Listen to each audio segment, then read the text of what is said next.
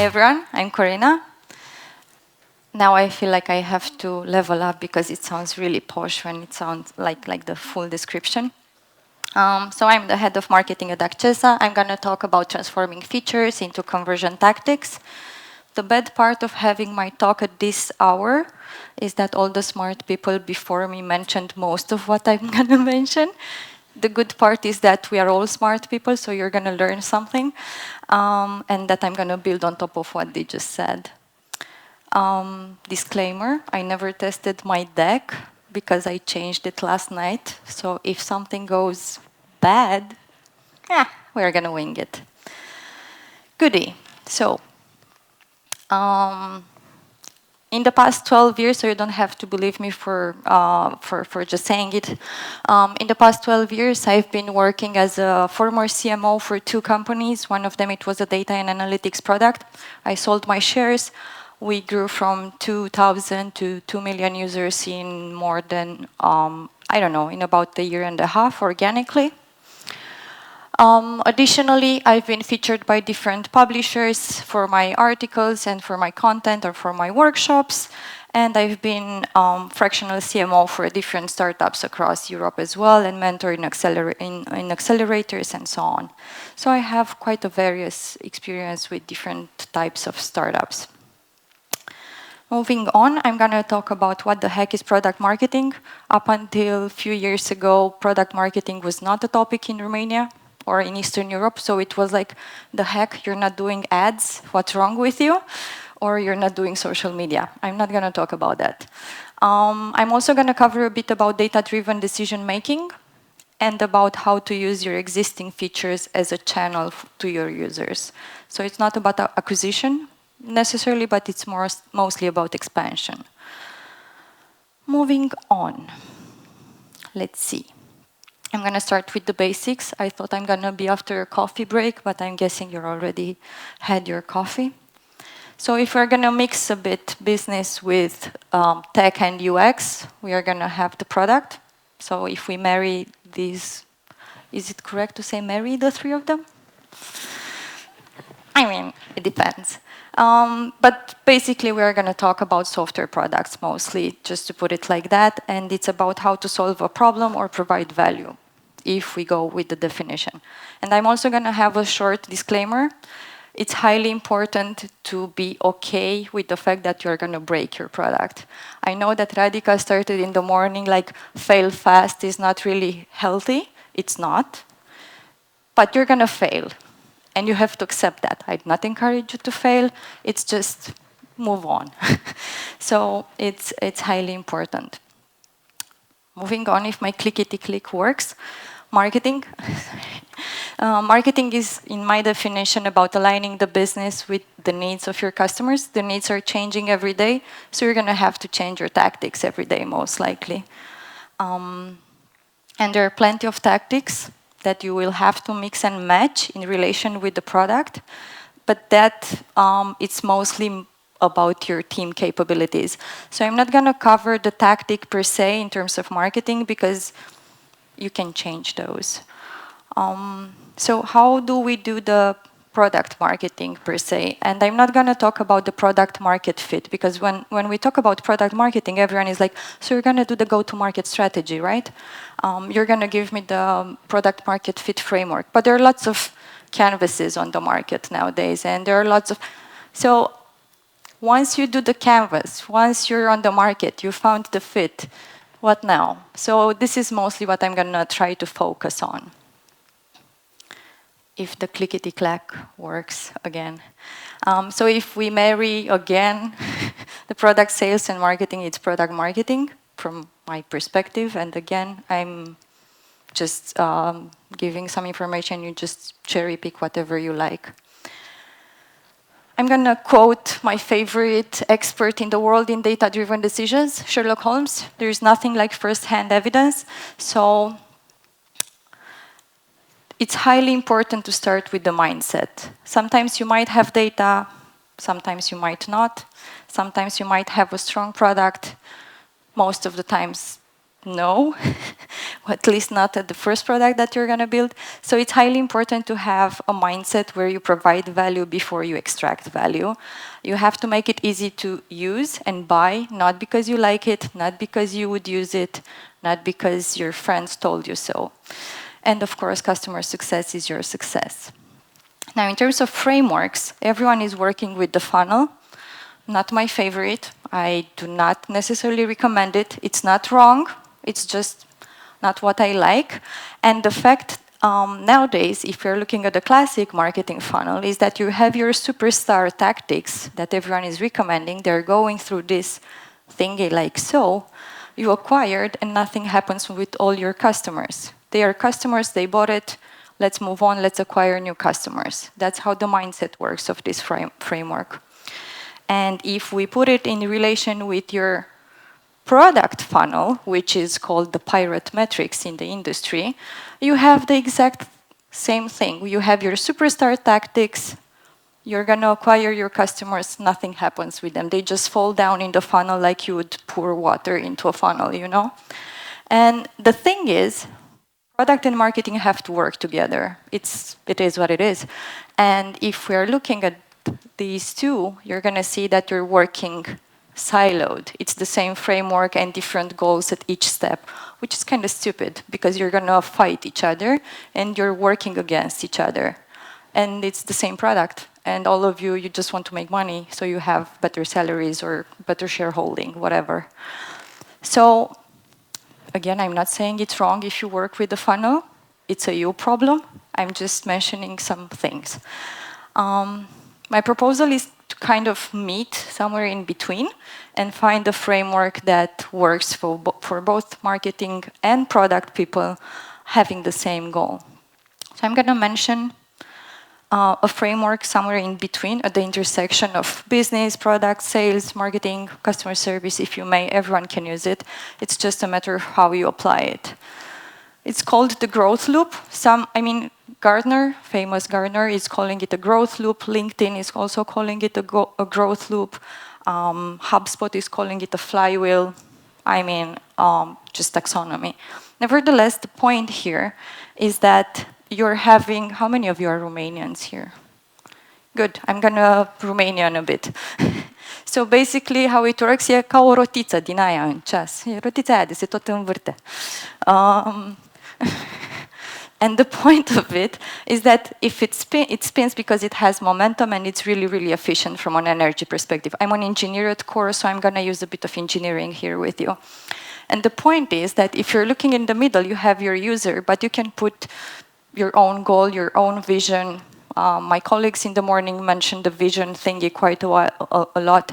So you're having your vision and you can just structure all your tactics, all your content and everything that you do, features and so on, into attract, engage and delight. The point is to know who has a problem that you need to solve and how you solve it and so on. Now, the point of a growth loop, and it's going to make sense in a few minutes if my slides, if I didn't remove them last night by mistake, it's the fact that the growth loop, on one hand, is a circular framework, while the framework of a funnel, it's quite linear. So just to shorten it, the growth loop, it's going to feed growth, while the linear one, it means that you have to constantly work and feed money and effort. Sure, if you have resources, do that, but most of the time, most likely you don't have the resources.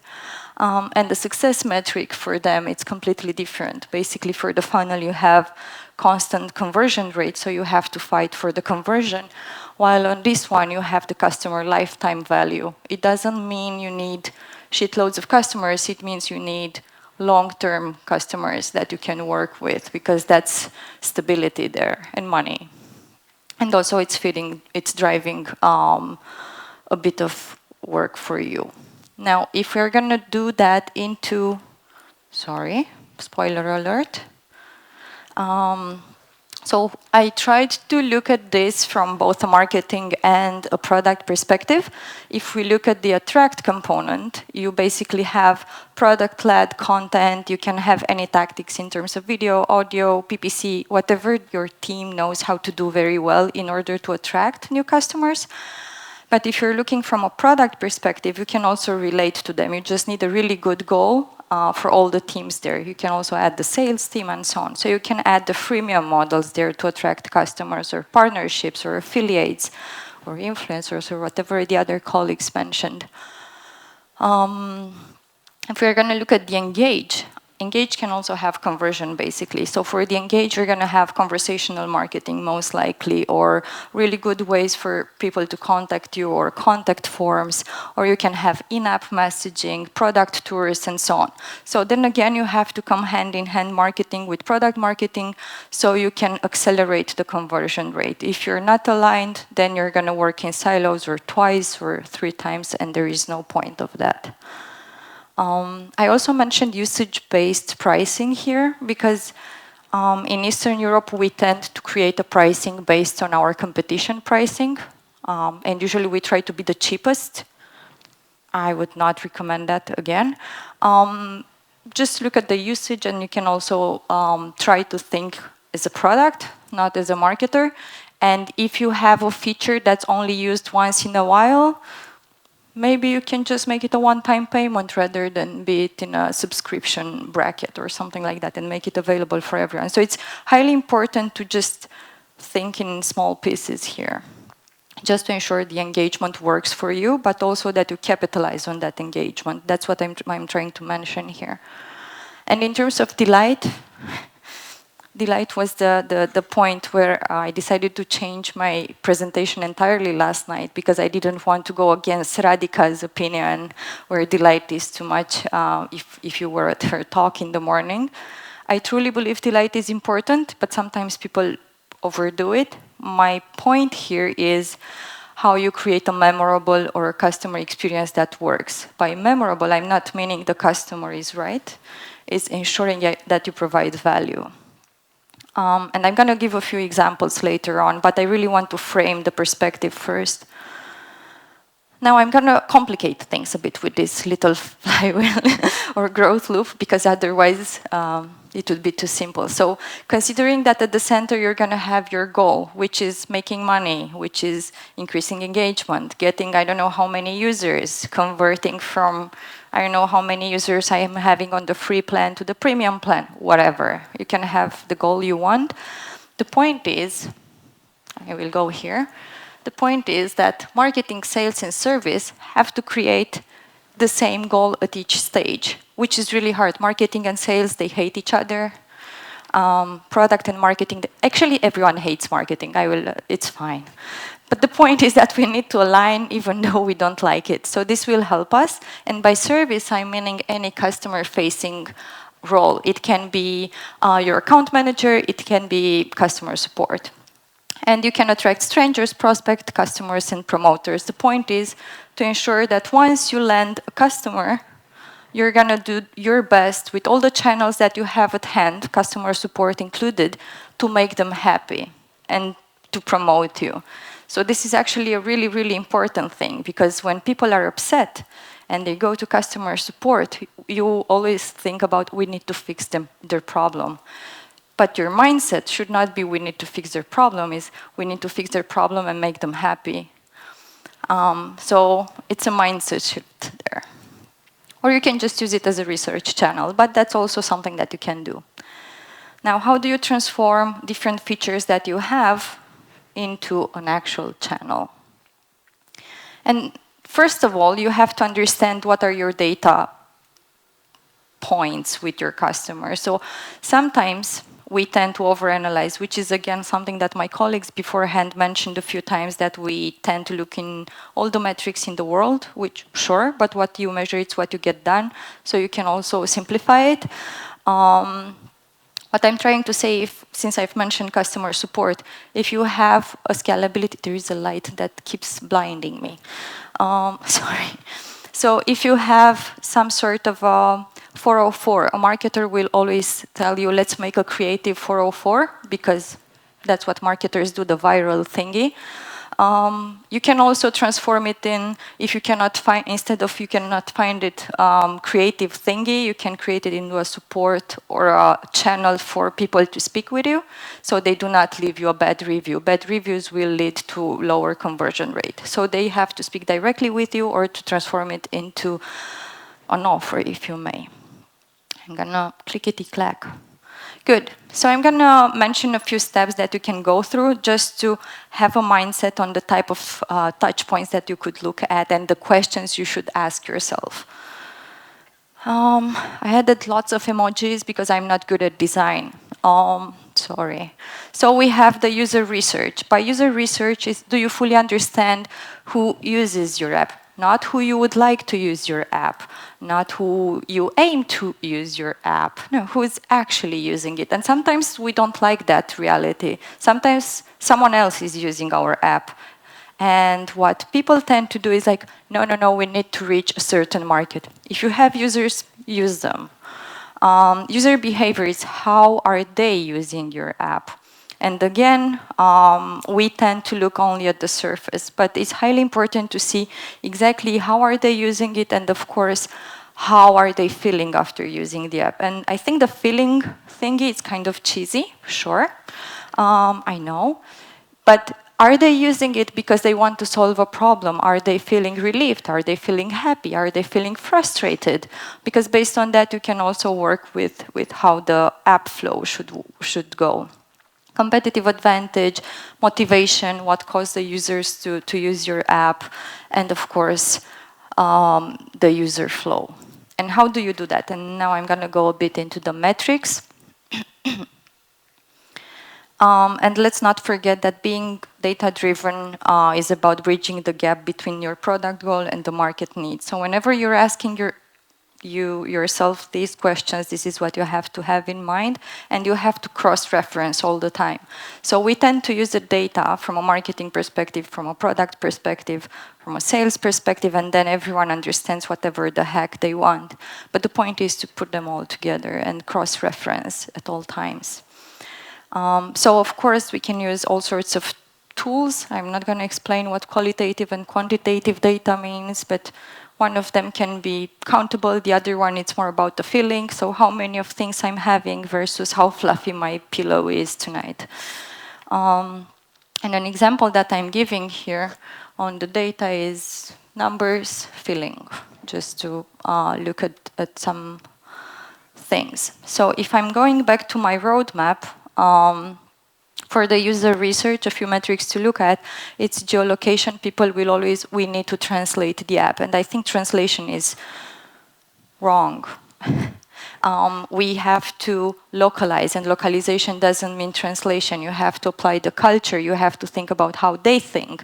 You have to think about their limitations, their regulations, and so on and so forth, or the mindset.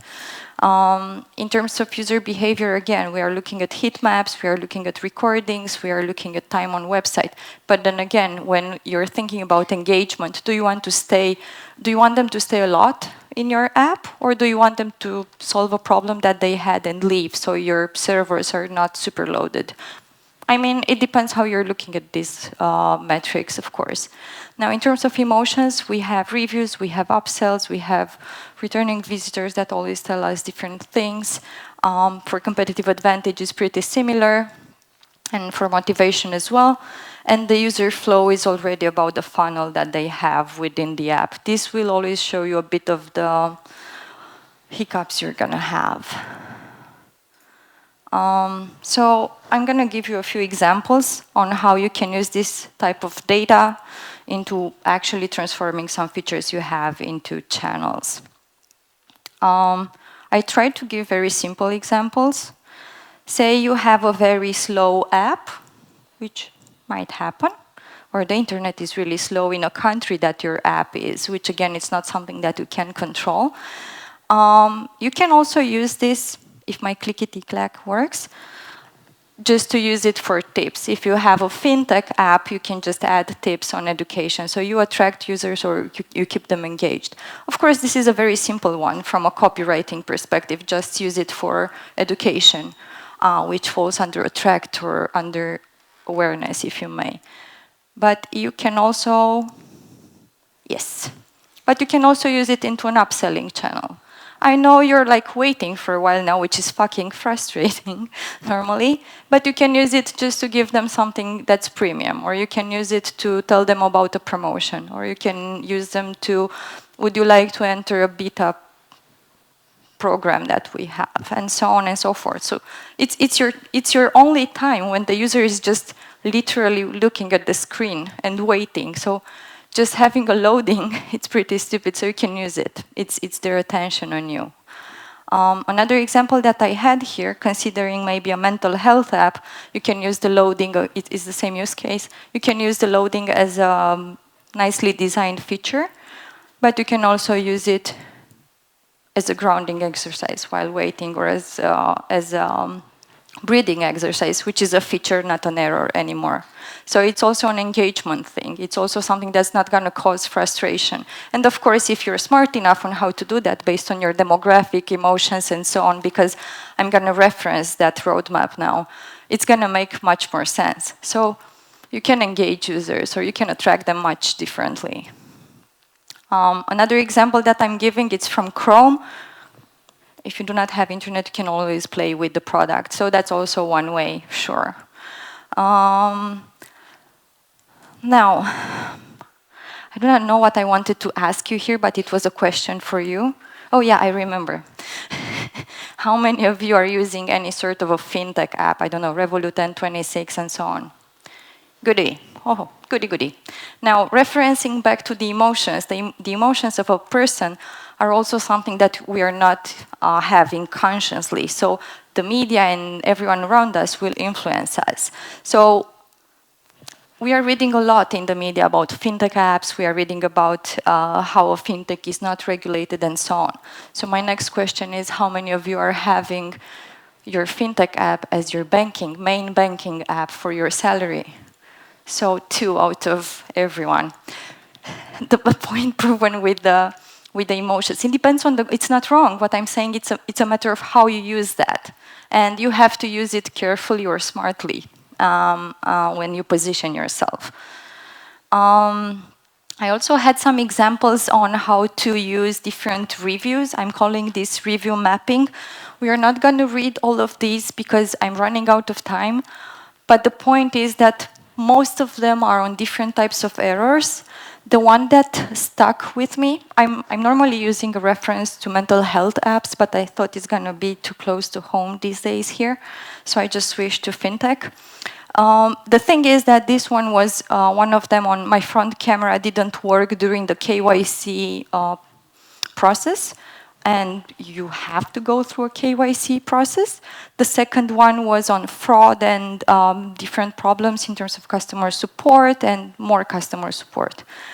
Now, a simple example on how those errors could have been used as a channel, because that's what I wanted to provide, is instead of having that error on the screen with everyone, you can just create a loop for them to give you the message.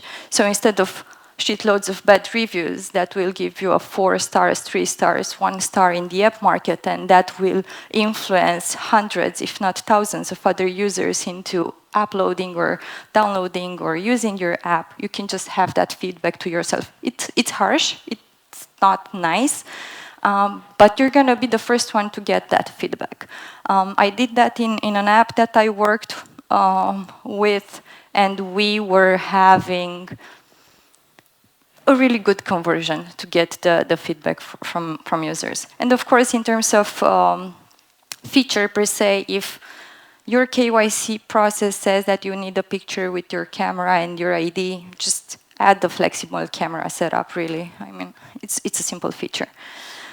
I'm gonna skip the ones on mental health, but just because I do not have the time.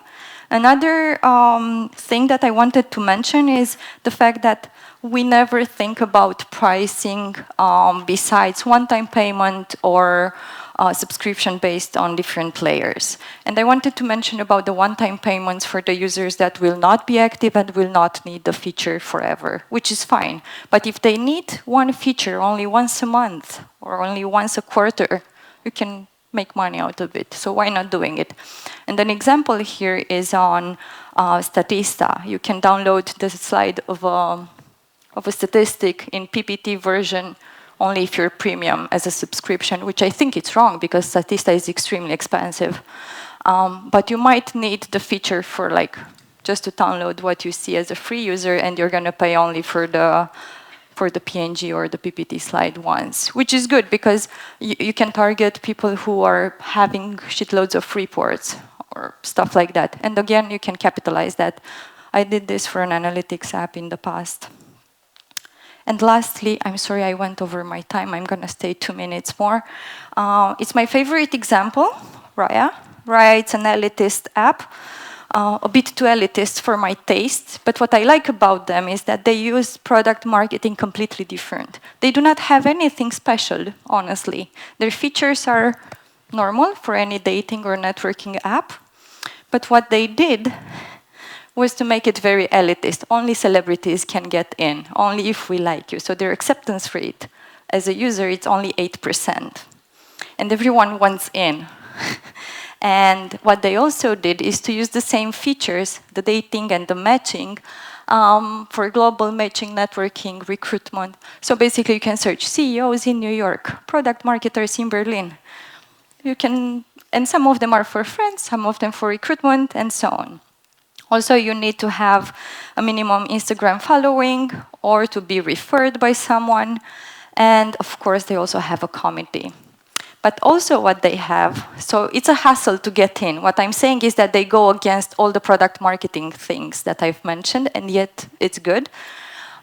They have lots of ways to monetize, and they're making lots of money. So what I'm saying is that product marketing, it's not about the tactic per se, it's about how you use the feature and how you capitalize it. And if you have people looking at your screen, use that in any way possible. Creating exclusive community can enhance, and the perceived value of your platform will increase. That's important. And bonus slides. I don't care about the KPIs any of you has, because they can be extremely different, but I usually summarize them as keep people interested, keep people involved, and keep people inspired. And whatever your product can do to manage that, that should be your KPI. And to be intentional about everything that you do. I forgot to take those off. Questions. That would be it. Thank you very much. I'm going to give you this one, so I'm not living with it. Okay, let's take some questions from the audience. You can scan the QR code, guys, and until we have the first questions. Corina, before you, Christian, talked about this conflict between operations and product. How does product marketing get involved into that mix? And nobody likes us. Okay. I think it depends on the market and the product. So in the US market, product marketing is at the decision-making table. So that's different because when the strategy is created, product marketing is there because they think about the product market fit in relation with the decision-making. If we're looking in Europe, we are the last ones at the table. Basically, the product exists, there is a strategy, and we need some marketing. And then the marketing is not viral, so it's not working. I would say it depends. Now, from my point of view, there's a need to balance things. And I think product people, no matter the area of product, together with tech and sales and the CEO should always be in the same room at least once in a few months to decide if we are still on the right track, if we are still having the same intention, the same limitation, and so on. So. Why do you think this is the difference between Europe and US? I think it's a mindset thing. The US is highly intentional into making money, while Europe is highly intentional into creating strong tech products. None of them is good or bad, it's just a mindset. US is like, let's just make money. And we don't care about the market, we don't care about how we are going to do that, while the Europeans, they care a lot of their product. It's their product. It's like their baby. And it's like, no, this is the type of market I want. This is what I want from the... So it's a bit more egocentric in Europe, I would say. So maybe that's why. Okay. And for maybe early stage startups and products, how is product marketing influencing the decisions and the focus? Because when you are, I know, in the beginning, you need to focus on so many things at the same time. Is it early stage with bootstrapping or investors? Let's say bootstrapping. Do we have money or we don't? We are trying to have more money. Okay, then I think it should be right from the beginning. Because in this case, you want to make some money fast so you can keep the product on the market and you can also pay your people right? So I would say that this is the step where the product marketer that you're going to have, or the CMO, has to be there to tell you if they can or cannot do whatever you do. And I think this is very vulnerable because sometimes the marketers are going to be like, we're going to do our best, but as an early stage startup, you can't deal with our best. Are we gonna make it or not? So I think this is a very vulnerable position where either the founder has to accept that the product won't do it or won't make it on the market, or the marketer can accept that I can't do it for you and you're gonna have to find someone else. But it's really, it takes two to tango, and I think that's a very, very good point where people have to be transparent about it, because it's not about the product anymore at that point, it's about the team, because a team can make or break the product, to be honest, and in early stage, that's literally what matters. Why not translating the product apps? Which are the disadvantages? So you said that is wrong to just translate the product apps, I think. Yeah, I mean, and localization not wrong, is more it's not converting well. Yeah, okay. I think just translations, sometimes they are out of context or they sound wrong. Of course, they can still convert, but let's take an example. So if I'm going to translate in Portuguese or in Spanish an app, the Portuguese or the Spanish I'm going to have in Europe versus the Portuguese that I'm going to have in Brazil, it's slightly different, and the cultural references are slightly different, and the markets are slightly different, and they also hate each other, if you know that they hate each other. So the thing is that you will go to translate into Portuguese, which is like this market, and they do not really pay for stuff, to be honest. No offense for any Portuguese here.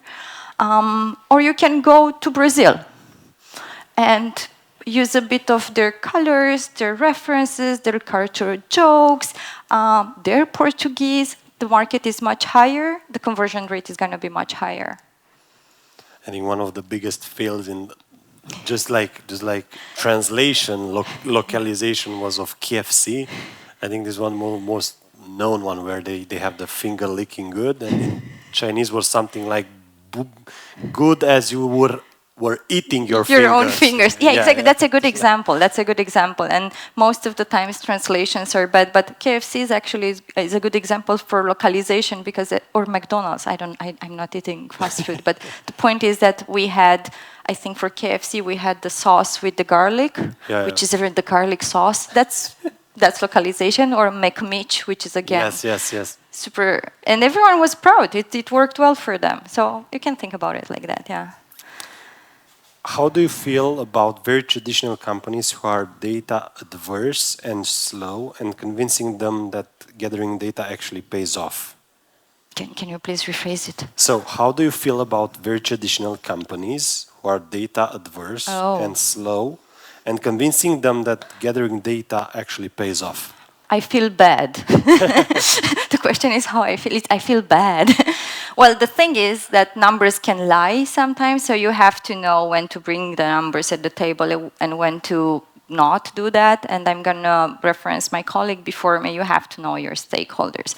But long story short, unless you have data-driven decisions, you're gonna not make it on the market unless you work with something else. You can work with regulations. If you work with the law, the numbers doesn't matter that much because you're respecting the law. So if you're having compliance or regulated industries, say banking, that's the difference between banking and fintech, if you may. In banking, they can have really bad UX, UI and really bad products because they are regulated, they respect the law. Fintechs, on the other hand, they can do creative stuff, they can be innovative, they can be nice, but they don't have to be compliant with the financial industry. That's the difference. So the numbers for the fintech are much better, but I'm going to go back to how many of you are using? Everyone. How many of you are using as a main banking system? Only 2. So the numbers, it's a good example where the numbers versus the law. So I'm guessing you have to use something else to leverage. That's all. Thank you very much.